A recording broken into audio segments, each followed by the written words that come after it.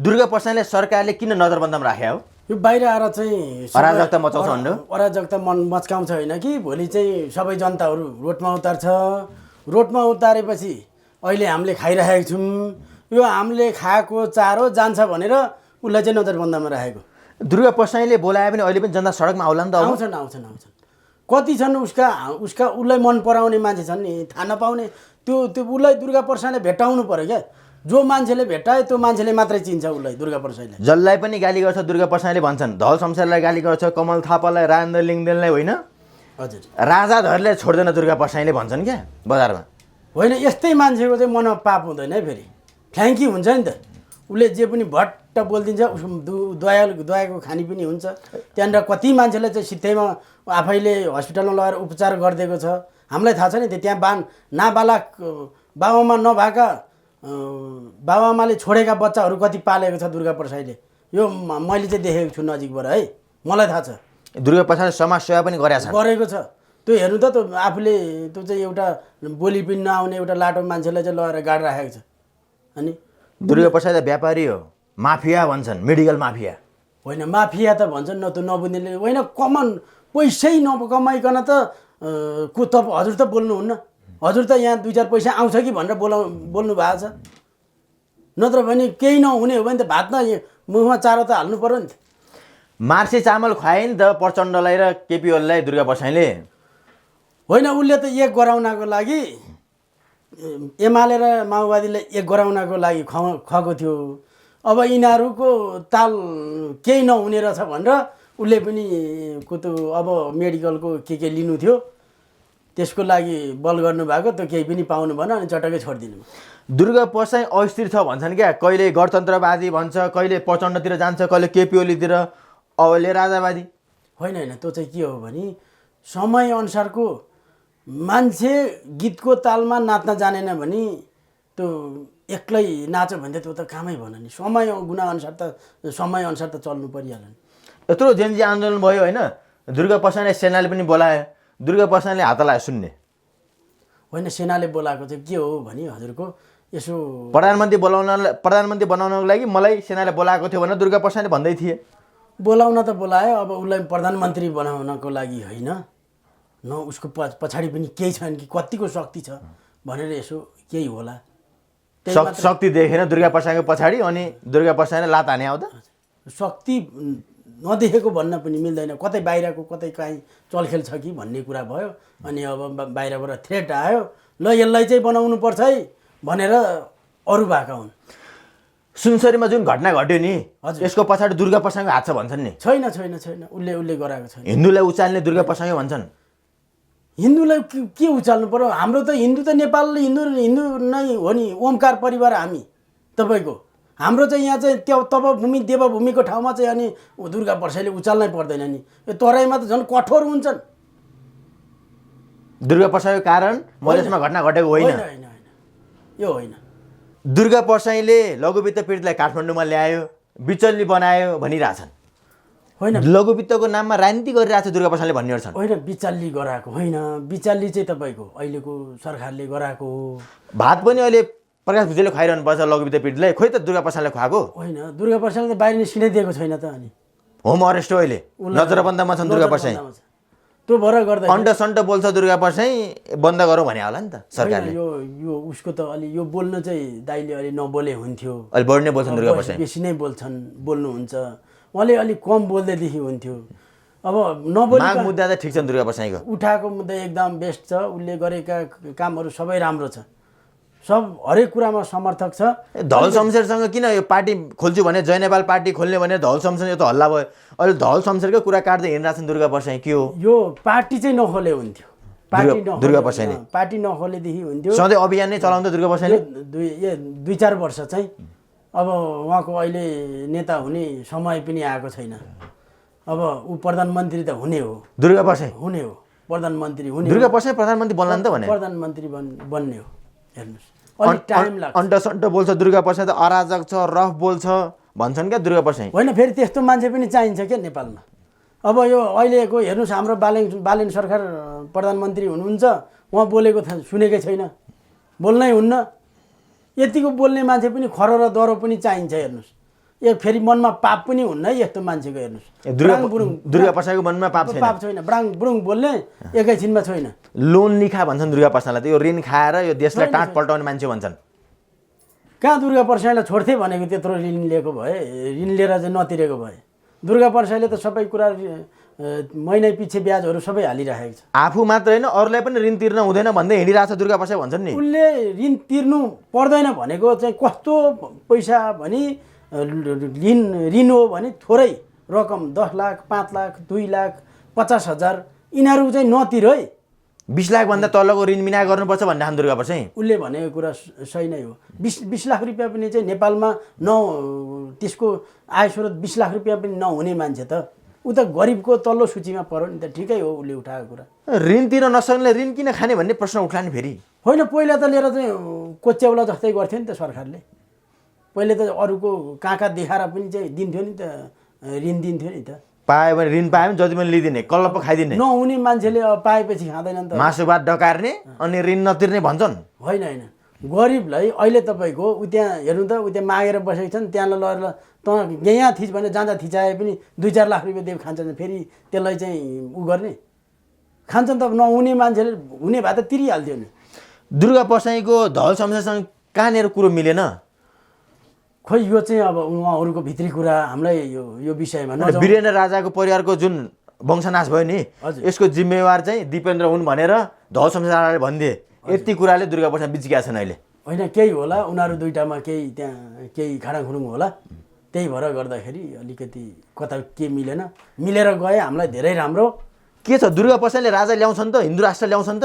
हिन्दू राष्ट्र उठाउनु भएको छ, ल्याउनुहुन्छ, ल्याए झनै राम्रो, राजा ल्याए झनै राम्रो। दुर्गा प्रसाद त अराजकता मचाउँछ भन्दै होइन, तिनकुनेको घटना दुर्गा प्रसादकै कारण भयो भन्छन् अहिले पनि। त्यो त एमाले गराएको हो नि, कहाँ दुर्गा प्रसादले गराउनु?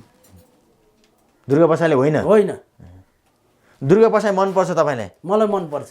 ऊ खरो बोल्ने हो, उसको मनमा पाप छैन, भ्राङ भुडुङ बोल्ने हो, भ्राङ भुडुङ ऊ हो, त्यो मलाई धेरै मनपर्छ। दुर्गा प्रसादबाट परिचालित झाँक्री रहेछ भन्ला नि फेरि। मलाई त्यो परिचालित होइन, म त जो जस्तो देखो त्यस्तै भन्ने हो। दुर्गा प्रसाद एजेन्डा मनपर्छ तपाईँलाई? मलाई मनपर्छ। बालेन सरकारको काम गरे कस्तो गुरु? बालेन सरकारको काम गराइ राम्रो छैन, चित्तबुझ छैन, चित्तबुझ छैन। शिक्षकहरूको तलब बढाउने भइसक्यो बालेन सरकारले।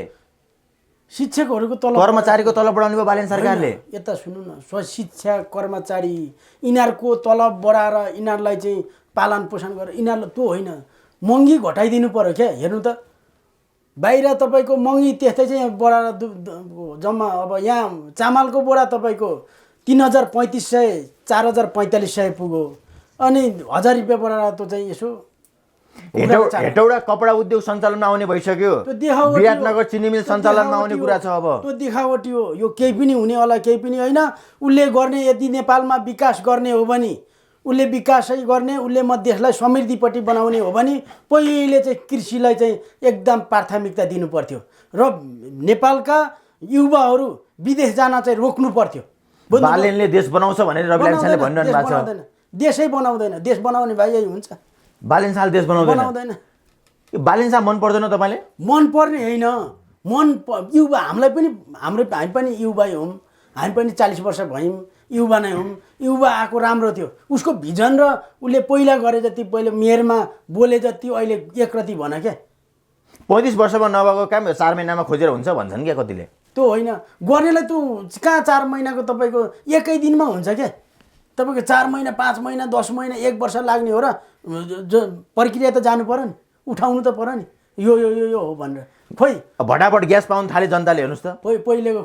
पहिलेका खोइ भ्रष्टाचारी दुनियाँ भन्थे, खोइ हरेक चाहिँ काण्डै काण्ड थियो। खोइ को जेल गयो, कसलाई अठ्यायो? केपी ओली समातिए, रमेश लेखक समातिए, विष्णु पौडेल समातिए। मान्छेलाई भ्रममा पारेको के को कहिलेको रिस थियो, त्यो रिस यसो पोखेका मात्रै हुन्, त्यो जनतालाई देखाएका मात्रै हुन्, केही होइन। यो भ्रम मात्रै हो, भ्रमको खेती। बालेनले भ्रम फिजाएर आयो त भने। बालेन त कम बोल्ने मान्छे, काम गर्ने मान्छे हो भन्छन्। खोइ काम गरेको भयो नेपालको माटोलाई सुहाउँदो हुनु पर्यो नि त हजुर, नेपालको माटोलाई सुहाउँदो हुनु पर्यो नि त। अबदेखि सरकारी कार्यालयमा मेड इन नेपालको चिज मात्र प्रयोग गर्ने रे, कुर्सीदेखि लिएर कापी कलम जति पनि छन् नि गुरु, सबै मेड इन नेपाल, विदेशी सामान युज नगर्ने भनेर बालेन शाहले निर्देशन दिएको छन्। त्यो भनाइ मात्रै हो, एउटा बोल्ने मात्रै हो। त्यो भोलि हेर्नु न काम गर्दै जाँदा कहाँ पुग्छ। यो एउटा मान्छेलाई भ्रम अब ऊ भयो भनेर अलिक गाजाङ गुजुङ्गा पारेर मान्छेलाई एकतिर मोड्ने मात्रै हो दिमाग। बालेन शाहले सिन्को नमाच्या हो त भने? छैन, केही पनि गरेको छैन। सबभन्दा नेपालमा गर्ने हो भने तपाईँको कृषिलाई प्राथमिकता दिने र विदेश जानलाई युवालाई नेपालमै रोक्ने, नेपालमै स्वरोजगार दिनु पर्यो।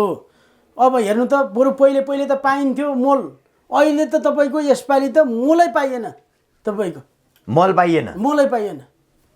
गाह्रो छ। बालेन सरकारले मल दिन सकेन किसानलाई? छैन। तपाईँको सुझाव के छ बालेनलाई? मेरो सुझाव उहाँले देशै बनाउने हो। यदि देशै बनाउने हो भने सबभन्दा प्राथमिकता कृषिलाई दिनु पर्यो। कृषिलाई पैसा दिएर पनि हुँदैन, मल दिएर पनि हुँदैन। नेपालमै छ सबै कुरा, नेपालमै छ। नेपालबाट नै गर्नु पर्यो। विदेशबाट मल लिएर जनता यहाँ कृषिलाई उसलाई दिएर हुन्छ र किसानलाई दिएर हुन्छ र? नेपालमै मलको कारखाना खोल्नु पर्यो अनि बल्ल हुन्छ। यहाँ छ नि त हाम्रा चाहिँ दुनियाँ लगेर चाहिँ 6000 7000 तिरेर चाहिँ हामी चाहिँ ढल लगेर फाल्छौँ। त्यो मलमा गर्नु पर्यो नि त। हामी त विदेश गरेर आएका छौँ, अरू देशमा सबै त्यही हो। हाम्रो देशमा पनि ल्याउनु पर्यो नि त। घरमा गरेको छ भने चाहिँ विकास गरेको छ भनेर चाहिँ पहिला चाहियो नि त। घाँस बाँस कपास, पहिला घाँस हुनु पर्यो, त्यसपछि बाँस हुनु पर्यो। कपास भनेको त बरु नभए नि हुन्छ। पहिले चाहिँ कम्मरमा बाँध्थे त। म हिन्दू हुँ भनेर शेरबहादुर देउवाले 3 पटक म हिन्दू हुँ भने यो दिन पनि आइलाग्यो होइन शेरबहादुर देउवालाई? आइलाग्यो। यो चाहिँ बोल्नुपर्ने पहिल्यै हो के, अहिले आएर बोल्नुभयो। नयाँ के भयो? यो पहिले नै बोलेको भए शेरबहादुर देउवा हिन्दू भने सबैलाई थाहा छ? होइन, थाहा त छ। उहाँले यसरी खोल्नु भएको थिएन। किन भने शेरबहादुर देउवाले म हिन्दू हुँ भन्नुपर्ने दिन किन आयो? भन्नुपर्ने दिन अहिले आयो के। अब चाहिँ बल्ल पिडाइ खाएपछि बल्ल दिमाग खुलेछ। म यो तपभूमि देवभूमिमा मैले जेपीटी धर्म जस्तो नराम्रो विदेशी धर्मलाई हामीले चाहिँ उ गर्नु नहुने रहेछ भनेर बल्ल उहाँलाई बुद्धि आयो क्या। म हिन्दू मात्र भनेको छन्, हिन्दू राष्ट्र चाहियो भने छैन शेरबहादुर देउवाले? बोलेपछि सिद्धियो उहाँले। अब त्यति हो बोल्ने। धेरै बोल्नुपर्छ ठुलो मान्छेले, धेरै बोल्नै पर्दैन। अब राजनीति पनि सकिन लाग्यो शेरबहादुर देउवाको होइन? यो हिन्दूहरूले मन पराउँछन् कि मलाई माया गर्छन् कि नेपालमा अब 82% हिन्दू छन्, लोभले भोटको लोभले चाहिँ शेरबहादुर देउवाले आफूलाई हिन्दू भन्यो भन्नेहरू छन्? होइन, यो त अब अहिलेको तपाईँको एमाले, माओवादी, काङ्ग्रेस, राप्रपा यिनीहरू सबै पार्टीले राजाले लिएर थपक्क राख्ने बेला भइसक्यो हजुर। धर्मको नाममा राजनीति गर्यो शेरबहादुर देउवाले भन्छन्। धर्मको नाममा होइन, यो चाहिँ अब मैले बोल्नु पर्ने रहेछ भनेर उसलाई आएको क्या, चेत खुलेको। कसले पत्याउँछ अब शेरबहादुर देउवाले हिन्दू भनौँ या क्रिस्चियन भनौँ, कसले पत्याउँछ शेरबहादुर देउवालाई? अब उमेर पुगिसक्यो, 4-5 पटक प्रधानमन्त्री भइसक्यो। अहिलेको नयाँको तालले यो अब गर्ने पुरानोलाई त हो नि। शेरबहादुर देउवा फेरि प्रधानमन्त्री बन्छन् भन्ने लाग्छ तपाईँले? फेरि बन्छन्। एकजना ज्योतिषले त 7 पटक प्रधानमन्त्री बन्छन् शेरबहादुर देउवा भन्नुभएको थियो। फेरि बन्छन्। हेर्नु राजा आएपछि फेरि बन्छन् शेरबहादुर देउवा। असम्भव कुरा गर्नुभयो भन्ला नि फेरि?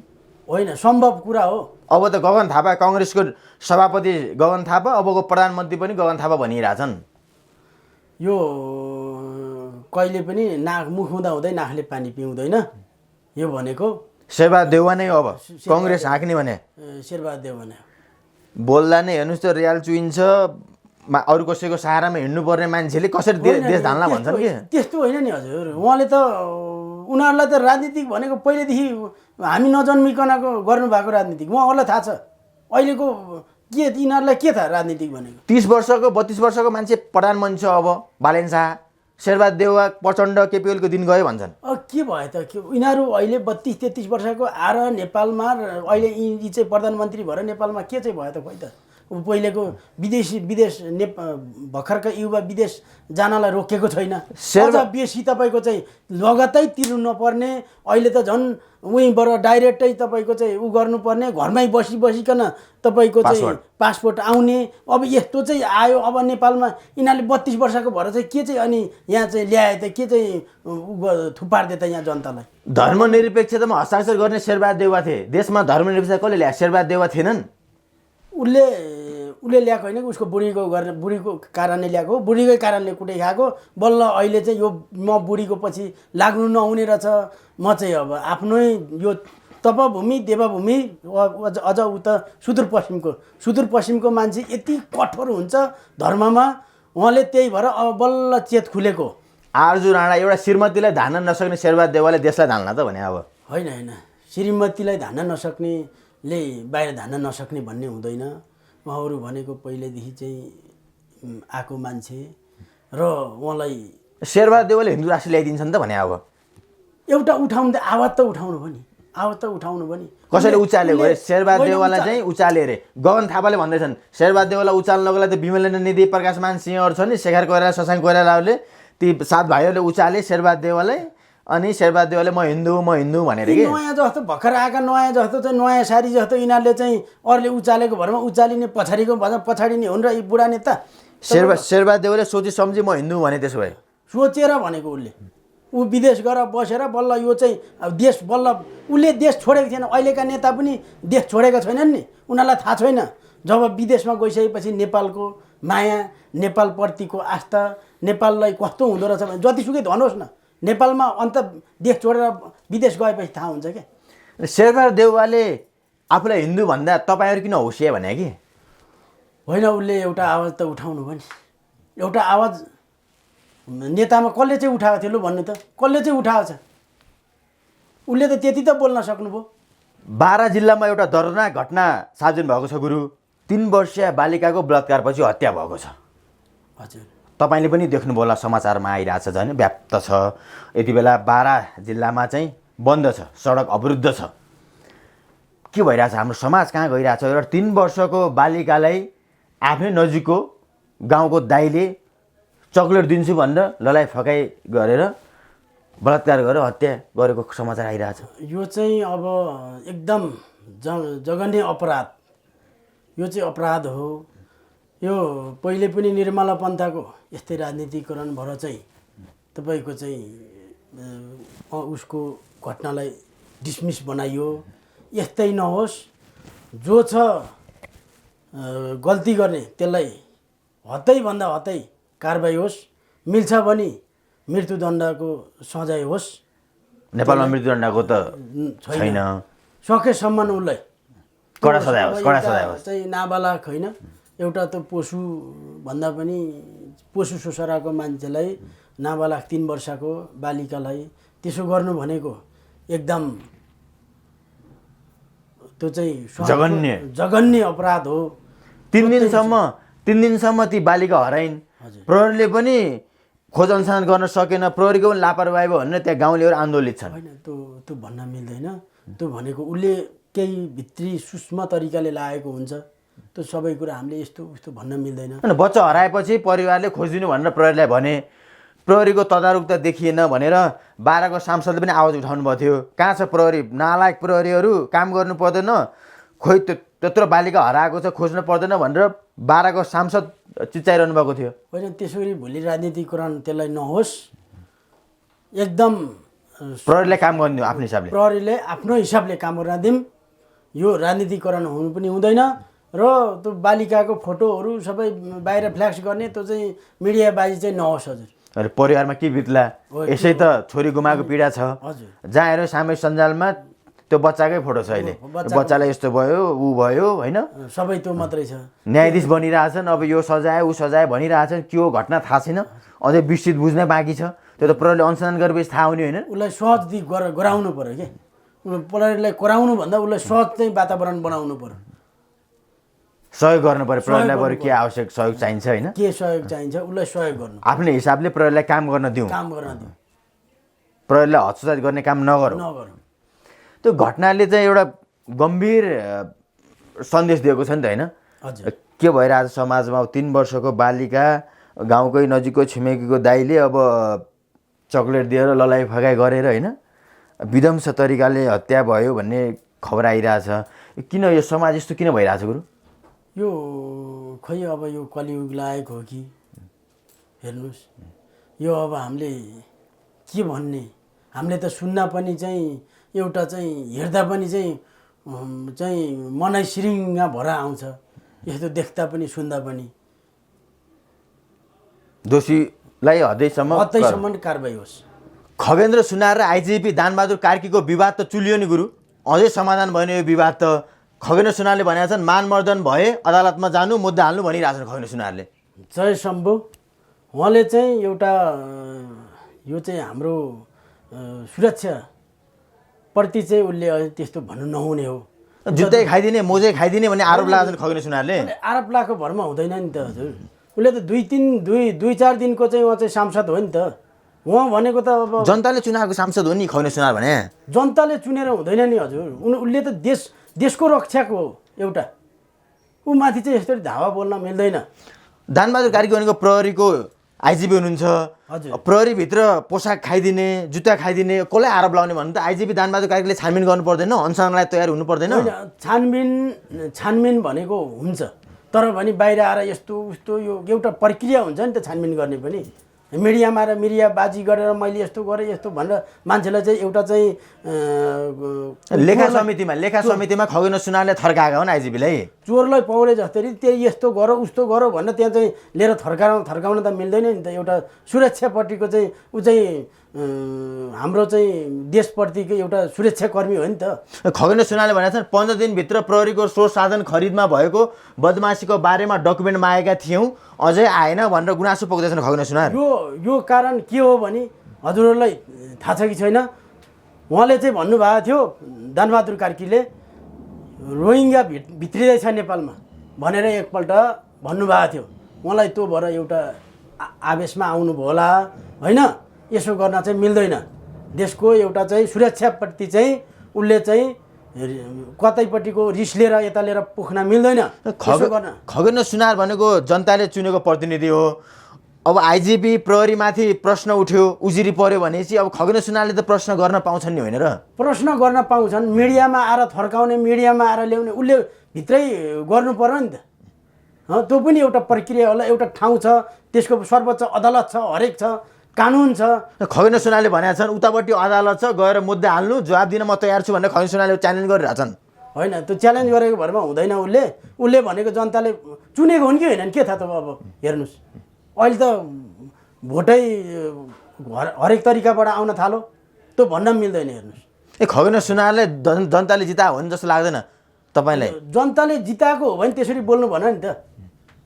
ऊ पनि एउटा पुलिसको एउटा चाहिँ क्याम्प छ भने 10 मिटर पर छ भने मान्छेले हामीले केही सुरक्षा पायौँ भनेर चाहिँ मान्छेले अनुभूति गर्छ भने उहाँले चाहिँ त्यो सुरक्षामाथि चाहिँ त्यसरी बोल्न मिल्दैन। सार्वभौम समितिमा आएर टोपी भुइँमा राखेर जुवारी खेल्न पाइँदैन, सरकारको मानमर्दन गर्न पाइँदैन भनेर खगेन्द्र सुनारले दानबहादुर कार्की आइजिपीलाई ओपन च्यालेन्ज दिइरहेछन्। उहाँले चाहिँ गर्न मिल्दैन। सुरक्षाकर्मीमाथि नेपाल आर्मी, नेपाल पुलिस, सशस्त्र प्रहरी यसलाई चाहिँ बिथाल्ने काम, यसलाई भाडाङभुरुङ पार्ने काम उहाँले चाहिँ गर्न मिल्दैन। उहाँ त 2-4 वर्ष त हो नि। सिपाहीहरू हेर्नुहोस् कति दुःख गरेर प्रहरीमा भर्ना भएका हुन्छन् होइन। उनीहरूको भाटै खाइदिने, जुत्तै खाइदिने, मोजै खाइदिने। बेसी उहाँको कार्यकाल भयो भने 5 वर्ष होइन, त्यसपछि त सांसदको त्यसपछि जनताले चुने भने त जाने हो, नभए त यिनीहरू त जाने हो नि त। यो सुरक्षाकर्मी भनेको आइजिपी पनि सधैँको लागि आइजिपी त होइन नि। आइजिपी त होइन, उसले त 18-20 वर्ष 20-32 वर्ष चाहिँ नोकरी गरेको छ। आजीवन उसको ती जिन्दगी बिताएको छ। तपाईँले पनि सुन्नुभयो होला नि, प्रहरीमा भ्रष्टाचार हुन्छ, त्यो सुडान घोटालामा हेर्नु त पूर्व आइजिपीहरू जेल पर्नुभएको घटना तपाईँलाई थाहा छ नि? हजुर, होइन त्यो होला, त्यो कानुन अनुसार होला नि त। आएर लिएर चाहिँ जवारी खेलाउने होइन। नेपाल आर्मी कहिले नेपाल आर्मीको भनेको छन्, कहिले पुलिसको भनेको छन्, त्यो त गर्न मिल्दैन नि त हजुर। राष्ट्रपाका सांसद खगेन्द्र सुनारले नेपाल प्रहरीको पोसाक खरिदमा अनियमितता भएको दाबी गर्दै प्रहरी मुख्यालय बिचौलियाको कब्जामा छ भन्दैछन् खगेन्द्र सुनार। छैन, त्यो भने जस्तो उहाँले भने जस्तो छैन। यो एउटा चाहिँ कसरी हुन्छ, उहाँले चाहिँ पहिले अस्ति बोल्नु भएको थियो, मैले अघि पनि भनिहालेँ, रोहिङ्गा भित्रिसक्यो नेपालमा भनेर। तराईमा चाहिँ तपाईँको धार्मिक द्वन्द्व भयो होइन।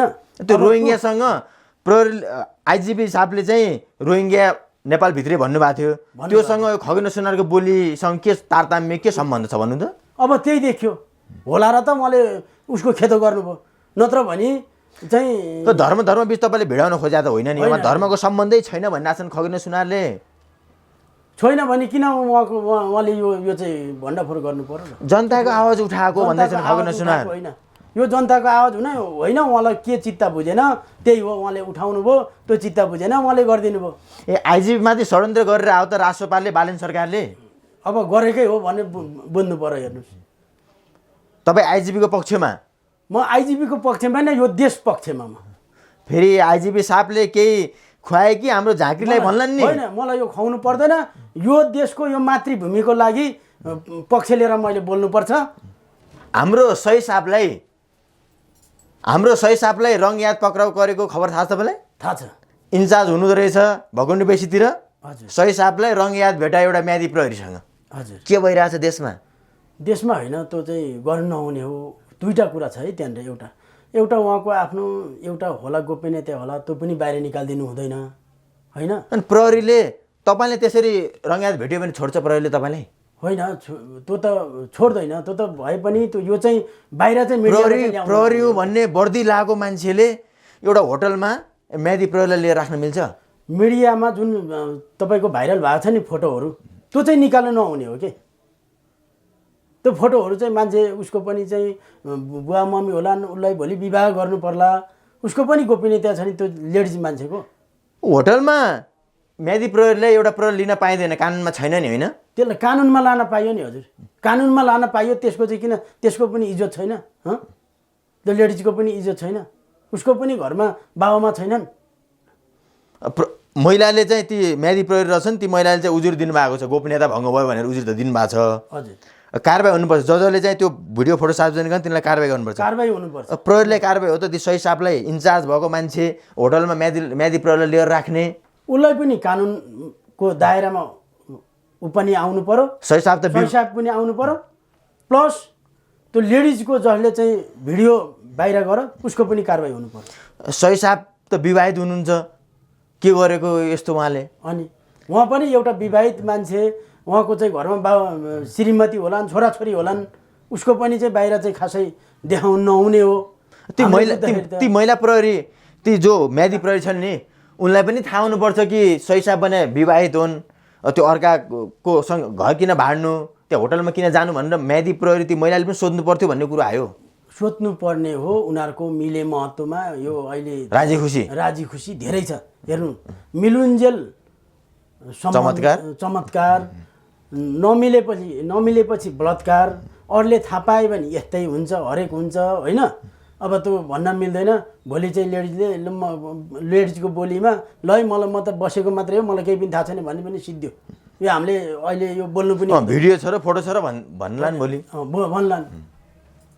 भोलि त जता मोडो त्यतै जान्छ। संवेदनशील विषय हो, संवेदनशील विषय हो, यो विषयलाई हामीले बोल्न मिल्दैन। र लेडिज मान्छेको फोटोहरू बाहिर चाहिँ यो चाहिँ निकाल्नु नहुने, उसलाई पनि कारबाही चाहिँ हुनुपर्छ। जसले फोटो निकाले, जसले भिडियो बनाए, तिनीहरू कारबाहीको दायरामा आउनुपर्छ। ती सही साहबसँग कसैको रेसिपी थियो कि कतै प्लान भएरै ती सही साहबलाई फसाउन खोजिया त होइन नि त्यस्तो केही? कुनै प्लान हुन सक्ला। अब सबै फोटोहरू सबै कुरा आउँदाखेरि, टाइम सबै कुरा हुँदाखेरि केही प्लान होला। सही साहबले पनि ती मान्छेलाई कतै पक्राउ गरेका थिए कि त्यही रिस साँधै आउनु कि? हो, त्यही हुनसक्छ। 2 महिनापछि धुर्मुर सुन्तली फेरि अमेरिका फर्के। हजुर, नेपाल आएको थिए, न्याय पाएन हामीले, सिंहदरबारमा हामीलाई प्रवेश दिएन, बालेन सरकारलाई भेट्न पाएनौँ, हामीले गुनासा पोख्न पाएनौँ भनेर धुर्मुर सुन्तली फेरि अमेरिका फर्किनु पर्ने दिन आयो। हेर्नु त, के बालेन सरकारले पनि न्याय दिन सकेन नि त धुर्मुर सुन्तलीले? यो भन्न सकिँदैन हजुर। यो चाहिँ कहिले के छ, यो भन्नै मिल्दैन। तपाईँलाई के लाग्छ, धुर्मुर सुन्तलीमाथि अन्याय भएको हो त? यो अन्याय भएको पनि भन्न मिल्दैन, भएको छैन भन्न पनि मिल्दैन। हेर्नुहोस्, यो चाहिँ उहाँहरूको अब एउटा पहिले चाहिँ पुरै प्रधानमन्त्री लगेर चाहिँ पहिला सेटिङमा चाहिँ ल ऊ गर्नुभयो, बनाउने भन्नुभयो तपाईँको क्रिकेट मैदान, पछि गएर उनीहरूले नै लाथालिङ्गा पारे। यो चाहिँ अब विषय उहाँहरूको हो। यसलाई अब सबै कुरा हामीले यो चाहिँ हो भनेर हामीले ठेट कुरा भन्न मिल्दैन हजुर। अबदेखि भद्र, झट्ट नरिसाउने, मर्यादामा बस्ने र अनुशासन पालना गर्ने आशिका बन्ने कोसिस गर्ने छु भनेर आशिका तामाङले फेसबुकमा लेख्नु भएको छ। हजुर, खुसी कुरा। हजुर आशिका तामाङ केही दिन अगाडि संसद बहिष्कार गर्नुभएको थियो होइन, रिसाउँदै जानुभएको थियो, मलाई पिसाब लागेको थियो, पिसाब फेर्न नजानु भन्दै हुनुहुन्छ अहिले आएर। हजुर फेसबुकमा हिजो मात्र लेख्नुभयो अब भद्र बन्छु रिसाउँदिनँ भन्दै हुनुहुन्छ। के हो यो आशिका तामाङको कुरो? यो चाहिँ अब कहिले के छ यो आशिकाको सांसद पद मजाको भन्नु त, संसद पद मजाको एउटा रमाइलो जस्तो छ यो सबै कुरा। अब हेर्दाखेरि कहिले परिपक्वता देखिन आशिका तामाङमा, छैन, हल्कापना छ। हल्कापन केटाकेटी खेले जस्तो छ क्या। उहाँ चाहिँ त उहाँहरू सांसद हुनुभयो, संसदबाट रिसाएर निस्किने, पिसाब फेर्न मन लागेको थियो गए रे भन्ने यो चाहिँ एकदम लाज हुने कुरा क्या। पार्टीले कारबाही गर्दैन आशिका तामाङलाई? अब एउटै हो, उनीहरू चलेको एउटै हो, ठाउँ एउटै हो, सबै एउटै हो नि, सबै एउटै। सबै मजाका पात्र। राष्ट्रपाका सांसदहरू परिपक्वता देखेन। छैन सुदन गुरुङको पनि त्यही छ पारा। त्यही छ पारा। हेर्नु त हाँसेको सुदन गुरुङ त भन्छन् नि भोट फिर्ता लैजानुहोस् भन्दैछन् अब गृहमन्त्री सुदन गुरुङ। भोट फिर्ता लान मिल्ने भएदेखि भन्नुहुन्थेन, अहिले अब लान नमिल्ने भएपछि दिइसकेको छ नि त। अब अर्को घमण्ड पलायो, घमण्ड जे बोले नि भयो, जे बोले नि भयो। पटक पटक पर्सिजन त दिइरहेछ राष्ट्रपालले सांसदहरूलाई। आशिका तामाङहरू खगेन्द्र सुनारलाई पर्सिजन त दिएको, हजुर अझै सुध्रिया छैनन्। छैन सुध्रेको छैनन् उनीहरू। अब सुध्रिँदा पनि सुध्रिँदैनन्। हजुर यस्तै हो। फेरि कुन मुड आउँछ भन्न सकिँदैन भनिरहेको छन् आशिका तामाङ। फेरि पनि रिसाउन सक्छु जस्तो कि कुरा फेसबुकमा त। यो त एउटा केटाकेटी खेल्दाखेरि पहिले भन्थे नि त हाम्रो गाउँघरतिर बालबच्चाले मेरो घर रुद्री पूजा छ त आउलास् भने जस्तो के, केटाकेटीमा त्यसो भन्छन् नि, त्यस्तै भने जस्तो चाहिँ यिनीहरूको चाहिँ केटाकेटी खेले जस्तो केटाकेटीपन। अब के गरी सुधार्नु होला त आशिका तामाङलाई? खोइ अब यिनीहरू के सुध्रेरन् र हजुर। अब अर्कोबाट भोट नदिने त्यही नै हो। अब सिद्धियो। अब यही यिनीहरूलाई चिनिसके जनताले के। आशिका तामाङले आवाज चाहिँ ठिकै उठाउँछ भन्नेहरू पनि छन्। संसदमा मिठो आवाज उठाउन खोजेको थियो, सही विषयमा आवाज उठाउन दिएन आशिका तामाङलाई भन्ने प्रश्न गरिरहन्। होइन, कुनै कुरा सबै कुरा नै अपरिपक्व पनि छैन, परिपक्व पनि। कुनै कुरा चाहिँ उसले परिपक्व तरिकाले पनि कुनै कुरा जनताको दुख बिमार परेका मान्छेहरूको हरेक कुरा उठाइरहेको हुन्छ। त्यसको लागि उहाँलाई धैर्य हुनु पर्यो।